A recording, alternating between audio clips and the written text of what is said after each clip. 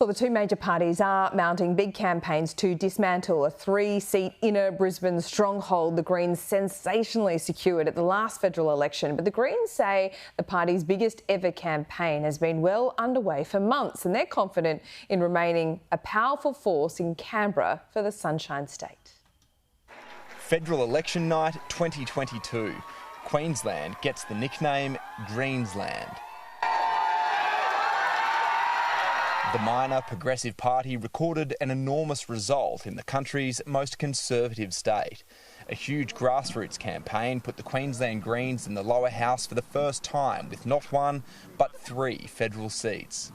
I think it was just a change that everyone wanted. People are looking for more community-based people and more relatable people. I think sort of younger population is attracted to Greens. There was enormous concern about what had been happening in the Morrison government.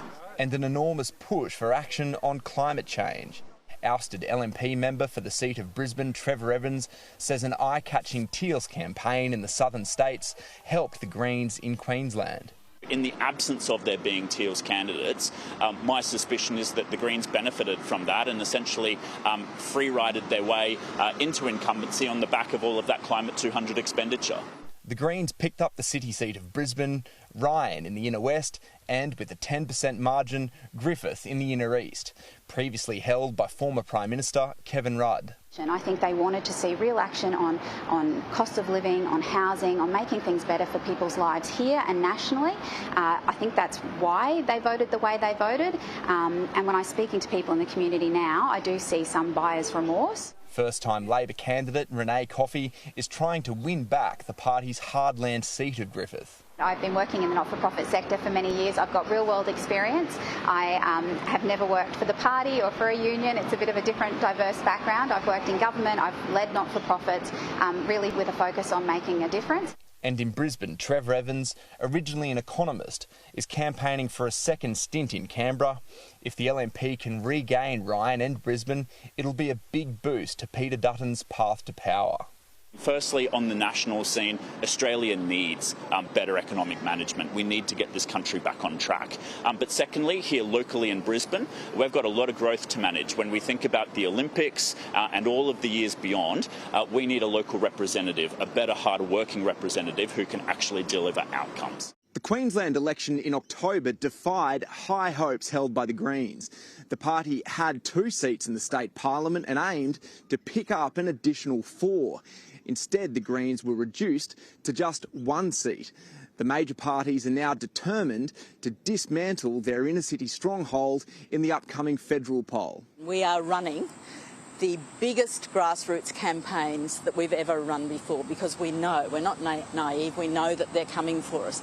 Their eyes are turned on us. You know, we were sort of dark horses in 2022, but now they know we are a real threat. The Greens are campaigning for dental cover from Medicare, more action on climate change, banning corporate donations for political parties, completely free public schooling, and $800 in back-to-school fees for parents.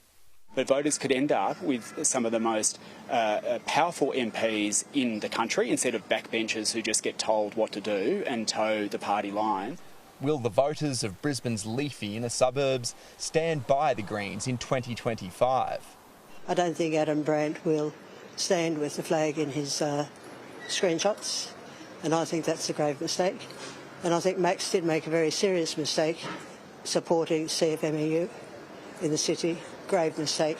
Look, I think they've done a lot of wrong, negative things that's going to set them back. I don't think their performance has been particularly strong. I think what had turned out to be a candidate that showed a lot of local interest has become a very noisy and political MP. I've spoken to my family who predominantly voted Labor and they voted Greens last year. So I feel like there is a slow ball rolling that Greens could hold on to it. The major parties are swooping in to spoil the Greens party. I think the government's agenda has been an incredibly strong one with a lot of good ground gained. I think there's a lot more for the government to do. I think lots of voters are starting to realise that the Greens are not who they said they were. But at the political level, I reckon that the Greens have made some great inroads and we've made some achievements. You know, like we've won billions of dollars more for housing and renewables. In Brisbane, Harry Clark, Sky News.